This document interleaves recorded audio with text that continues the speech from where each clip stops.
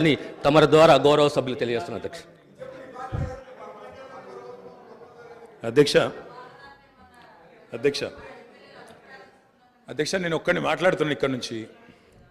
ముఖ్యమంత్రి గారితో సహా 5 మంత్రులు ఇంటరప్ట్ చేస్తున్నారు. ఇదేం పద్ధతి అధ్యక్ష? ఇది అధ్యక్ష ఇది మీరు నడపాలా, హౌస్ని మీరు నడపాలా అధ్యక్ష. వారు సార్ వినండి. In a democracy sir we have utmost respect for you. Prasad garu, speaker garu, మీరంటే చాలా రెస్పెక్ట్ ఉంది అధ్యక్ష.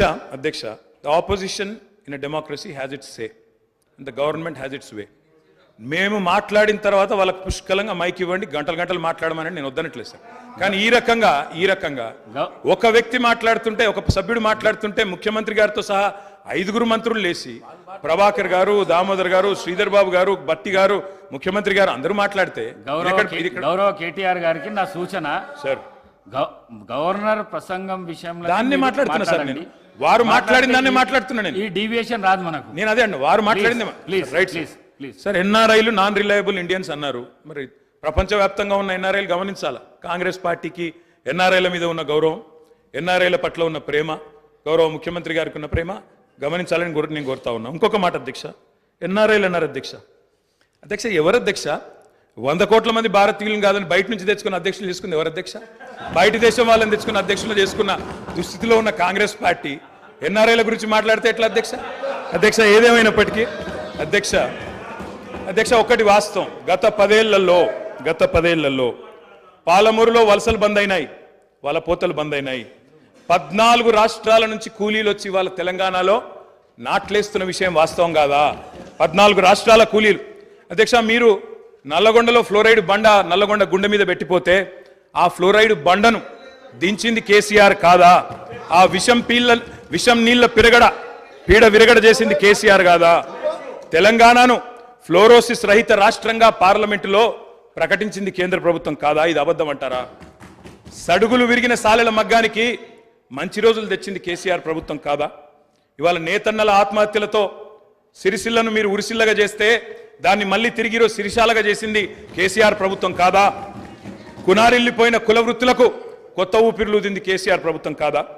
కాలే కడుపుతో అర్ధాకలితో ఎవ్వరు వండుకోవద్దని చెప్పి మానవీయ కోణంలో ఆలోచించి సంక్షేమంలో స్వర్ణయుగం సృష్టించింది, ఆసరగా నిలబడ్డది కేసీఆర్ ప్రభుత్వం కాదా? 200 రూపాయల పెన్షన్ను 2000 చేసింది కేసీఆర్ ప్రభుత్వం కాదా అధ్యక్ష? నిన్న గ్రామీణాభివృద్ధి గురించి మాట్లాడుతూ ఈ ప్రభుత్వం ప్రాపగాండాకు ఎక్కువ పెద్దపీట వేసిందన్నారు అధ్యక్ష. వాళ్ళ హయాంలో 50 ఏళ్లలో అధ్యక్ష ఒక్క గంగదేవి పల్లె చెప్పుకుందరు, ఒక అంకాపూర్ చూపెడుదురు. అది కూడా పాప మా గ్రామస్తులు చేసుకున్నారు, వీళ్ళు చేసింది ఏం లేదు. కానీ మా హయాంలో మా 10 ఏళ్లలో గర్వంగా చెప్తున్నా సార్, 3% కంటే తక్కువ జనాభా ఉన్న తెలంగాణ జాతీయ పంచాయతీ అవార్డులలో 30% అవార్డులు గెలుచుకునే విధంగా ప్రభుత్వాన్ని నడిపినాం. పల్లె ప్రగతిని చేసి చూపెట్టినాం. కావాలంటే చూసుకోవచ్చు. ఏ పల్లెకు పోయినా ట్రాక్టర్లు, ట్యాంకర్లు, ఏ పల్లెకు పోయినా ట్రాలీలు, ఏ పల్లెకు పోయినా డంపింగ్ యార్డులు, ఏ పల్లెకు పోయినా ఇంటి ముంగటయ్యాల నీళ్లు, బ్రహ్మాండంగా చెట్లు. ఇవి వాస్తవాలు కాదా అధ్యక్ష? ఇవాళ మీరు ఎంజాయ్ చేయండి, పర్వాలేదు. 10 ఏళ్ల తర్వాత ఎంజాయ్ చేయండి. సర్పంచులకు ఇది ఇస్తాం, మాజీలకు అది ఇస్తాం, బస్సు ఫ్రీ, బంగారం ఫ్రీ, బండి ఫ్రీ అని చెప్పి ఓట్ల కోసం చాలా చెప్పారు అధ్యక్ష. సంతోషం, చేయండి, మేము వద్దంటలేదు. నిర్మాణాత్మకమైన సూచనలు చేయమన్నారు, తప్పకుండా చేయండి. మీ మేనిఫెస్టోలోని ప్రతి హామీని నిలబెట్టుకోండి. We welcome it, we will support you. తప్పకుండా సపోర్ట్ చేస్తాం అధ్యక్ష.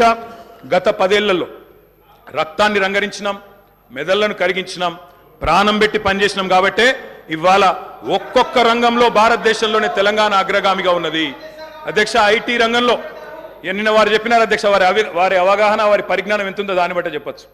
నేనేం చెప్పినారు అధ్యక్ష గవర్నర్ ప్రసంగంలో? ITIR వచ్చి ఉంటే ఏదో జరిగి ఉండేది. అసలు ITIR అంటే అక్కడ కూర్చున్న వాళ్ళు ఒక్కరికైనా తెలుసా అధ్యక్ష? అసలు అది ఏందో తెలియదు అధ్యక్ష. నేను అడుగుతా ఉన్నా, ఇన్ఫర్మేషన్ టెక్నాలజీ ఇన్వెస్ట్మెంట్ రీజన్ ఏం చెప్పిన అధ్యక్ష? అందులో ఇన్ఫర్మేషన్ టెక్నాలజీ ఇన్వెస్ట్మెంట్ రీజన్ ప్రపోజల్లో 2013లో ఆనాడు UPA ప్రభుత్వం పెట్టినప్పుడు ఏం చెప్పారు అధ్యక్ష? అందులో ITIR అనేది కనుక వస్తే 2035వ సంవత్సరం కల్లా, 2035 అంటే ఇంకా 11 ఏళ్ల తర్వాత, 12 ఏళ్ల తర్వాత మనం అంటే ఉమ్మడి ఆంధ్రప్రదేశ్, ఆ రోజు ఇంకా తెలంగాణ అన్న మాట లేదు, 2013లో ఉమ్మడి ఆంధ్రప్రదేశ్గా మనం 2,09,000 కోట్ల ఎగుమతులకు చేరుకుంటాం 2035 కల్లా అని చెప్పారు ITIR ప్రపోజల్లో.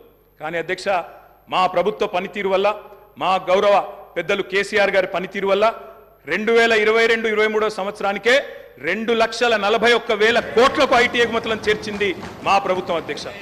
ఐటీఐఆర్ లేకున్నా కేంద్రంలో ఉన్న బీజేపీ మోకాలు అడ్డం పెట్టినా అధ్యక్ష ఆ 2035 టార్గెట్ను ఐటీఐఆర్ ఇయ్యకపోయినా సాధించిన ఘనత మా ప్రభుత్వానిది, మా నాయకుడు కేసీఆర్ది అనే మాట నేను గుర్తు చేస్తా ఉన్నా అధ్యక్ష. అధ్యక్ష విచిత్రం ఏంటంటే మేము వాస్తవాలు చెప్తుంటే వాళ్ళకి బాధ అవుతుంది. అభ్యుదయం అంటే అర్థం తెలియని వాళ్ళు ఇవాళ అవాస్తవాలు చెప్తుంటే మేము చూస్తా కూర్చోవాలన్నా సార్, నిజాలు చెప్పాల్సిన బాధ్యత మా మీద ఉన్నది. అధ్యక్ష వారు చెప్పారు నిన్న మేము 2 గ్యారంటీలు అందులో చెప్పినారు, ఏది గవర్నర్ గారి ప్రసంగంలో 2 గ్యారంటీలు ఆల్రెడీ అమలు చేసినామన్నారు అధ్యక్ష. ఇది అధ్యక్ష వాళ్ళు ఇచ్చిన 6 గ్యారంటీలు ఇవి.